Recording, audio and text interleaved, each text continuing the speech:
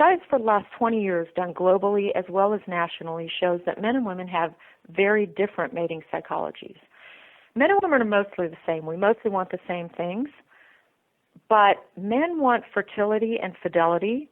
They don't necessarily talk about it that way. They talk about wanting someone who's hot or wanting someone who is faithful, not easy. But basically, scientists have been able to distill these things into fertility and fidelity. And these women know that fertility means beauty and youth. So these women try to be youthful and beautiful. Most women try to do that. Fidelity means I'm high status and I can say no to you. What men implicitly think when you can say no to them, again, you're saying no in a very kind, respectful way, but you're saying no to whatever it is, sex today, a date today.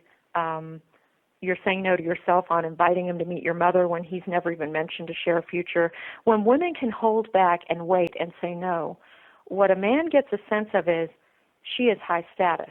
She can say no to me, therefore she's saying no to other men, therefore she is a good bet to cast my genes forward and not someone else's. Now, in the earlier interview I did at this site, I explained that men don't do this on a conscious level. It's unconscious. But women also have an unconscious mating psychology, and it's running the show for us, and it's running the show for them, and we don't necessarily want the same thing. So hard to get women are kind of naturally they're emitting the cues, the signals that men are looking for. They're looking for the high status woman.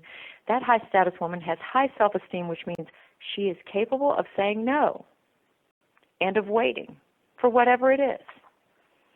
How does this translate into some other behaviors? If you want to think about it as a rule of thumb, it's as if you're dancing. The guy is leading, the woman is following, but in this dance, she's not following his steps as he leads. She's following them a beat or two later. So let's say that his version of leading is, I want to have sex with you right now. Her version of following is, well, I know it seems a bit old-fashioned, but I'm just not ready for that. Again, she's not bitchy. She just says no in a very kind and respectful way. If he's playing with her, he's gone. If, on the other hand, he was inclined to like her, it's going to tip him toward her.